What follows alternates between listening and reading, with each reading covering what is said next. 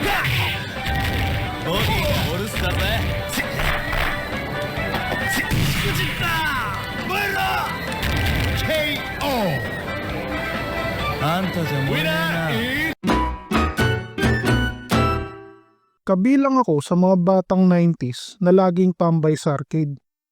Basta walang pasok, sigurado nandun ako sa arcadean. Grade 3 lang ako nun pero mahusay na ako sa fighting games. Hindi nila ako matalo. Sulit yung isang token ko. Ang dami kasing gustong lumaban sa akin. Kanina pa yan ah. Kuya boy, naasar na ako sa batang to, babanatan ko to. Napipikon na pala yung mga nasa college sa akin. Tinatalo kasi sila ng bata. Kaya nung makalaro ko ulit yung isa sa kanila, pag ako natalo sasapakin kita. Pinatalo ko na lang yung laro. Ayos! Tinatakot mo kasi, nagpatalo tuloy. Joke lang yun eh. Naglalaro ko tapos kinambis na. Kopi malaki siya.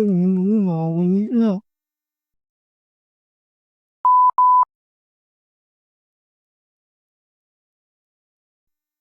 Alam ko na to. Gagamit siya ng alambre para dayain yung hulugan ng token. Madalas natin makita yung paggamit ng alambre para dayain yung hulugan ng token. Pero sa oras na yun, 25? Saka pukpok yung ginawa ng bata.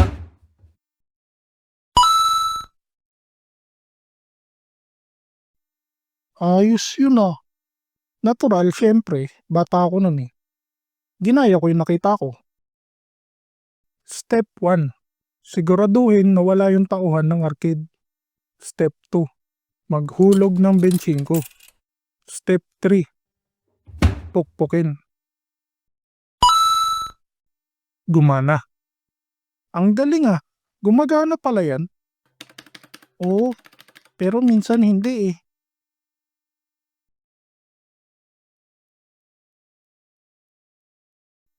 Hello?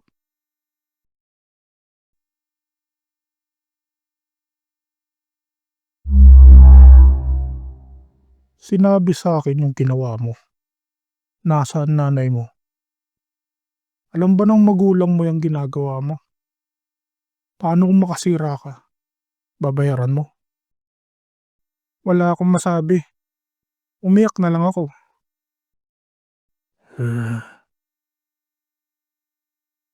O sige na, sige na. Umalis ka na.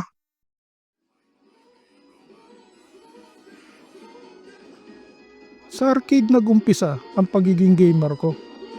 Fighting games, adventure games, puzzle games, lahat ng yun na master ko.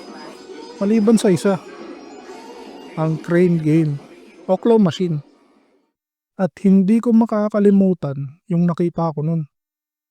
Isang master sa crane game.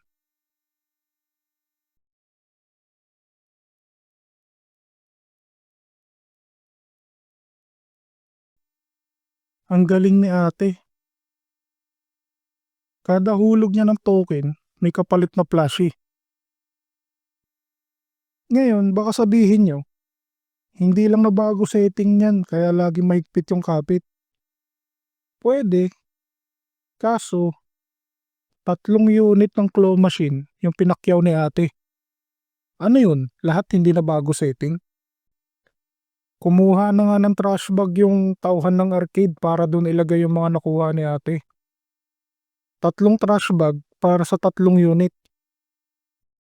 Nung naubos ni ate lahat, pinamigay niya sa mga bata yung mga nakuha niyang plushie. Inabot niya sa akin yung isa. Kaso nahiya ako eh.